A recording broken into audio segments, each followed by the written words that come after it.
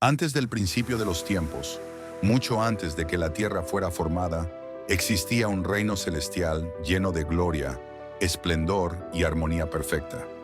Allí, en medio de millones de ángeles y criaturas celestiales, fue creado uno de los seres más majestuosos jamás concebidos por el Creador, Lucifer.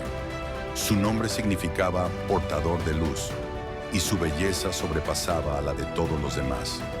Era un querubín ungido, colocado por Dios en lo alto del Monte Santo, caminando entre piedras de fuego, rodeado de resplandores eternos y melodías celestiales. Lucifer no solo era hermoso, también era sabio, poderoso y exaltado. Su vestidura estaba adornada con piedras preciosas, rubíes, topacios, esmeraldas, zafiros y diamantes. Fue creado perfecto, desde el día en que fue formado hasta que la maldad fue hallada en él. Poco a poco, el orgullo comenzó a germinar en su corazón. Se maravilló de su propia hermosura, se envaneció de su esplendor y olvidó que todo cuanto tenía provenía de su Creador. Lo que comenzó como una chispa de vanidad se convirtió en una llama devoradora de rebelión. Lucifer empezó a desear lo que no le correspondía, el trono mismo de Dios.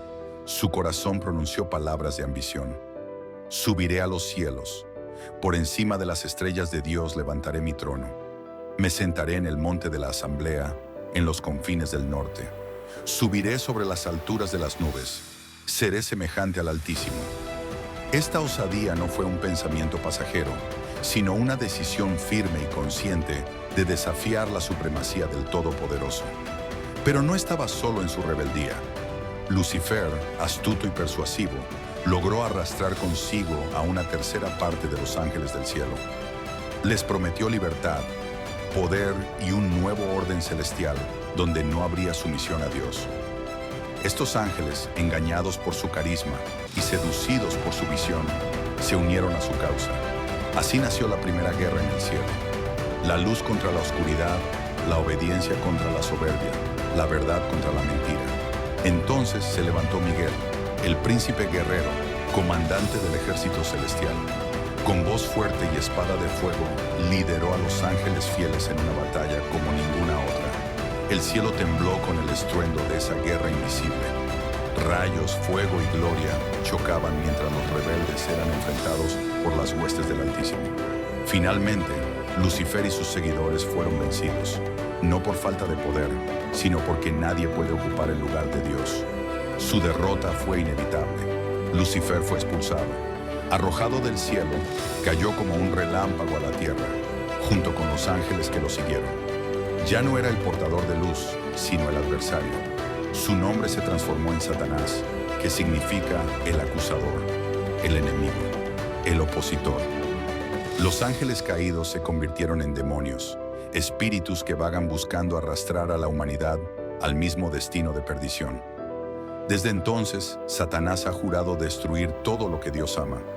Engañó a Adán y Eva en el huerto del Edén, introduciendo el pecado en el mundo. Ha sembrado el dolor, la envidia, la guerra y la muerte. Pero su historia no termina aquí. Aunque aún posee cierta autoridad en este mundo, su juicio está sellado. El día vendrá, según las Escrituras, cuando será arrojado al lago de fuego y azufre, y su rebelión será totalmente destruida. Esta historia no es solo un relato antiguo, sino una advertencia viva.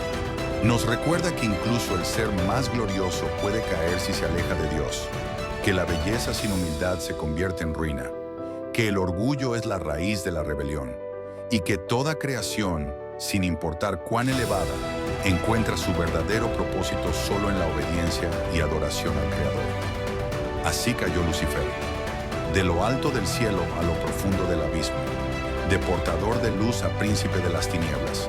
Su caída no solo marcó un antes y un después en la historia del universo, también nos enseña que no hay gloria duradera fuera de la voluntad de Dios. Si te ha gustado el video, no olvides suscribirte. Dios te bendiga.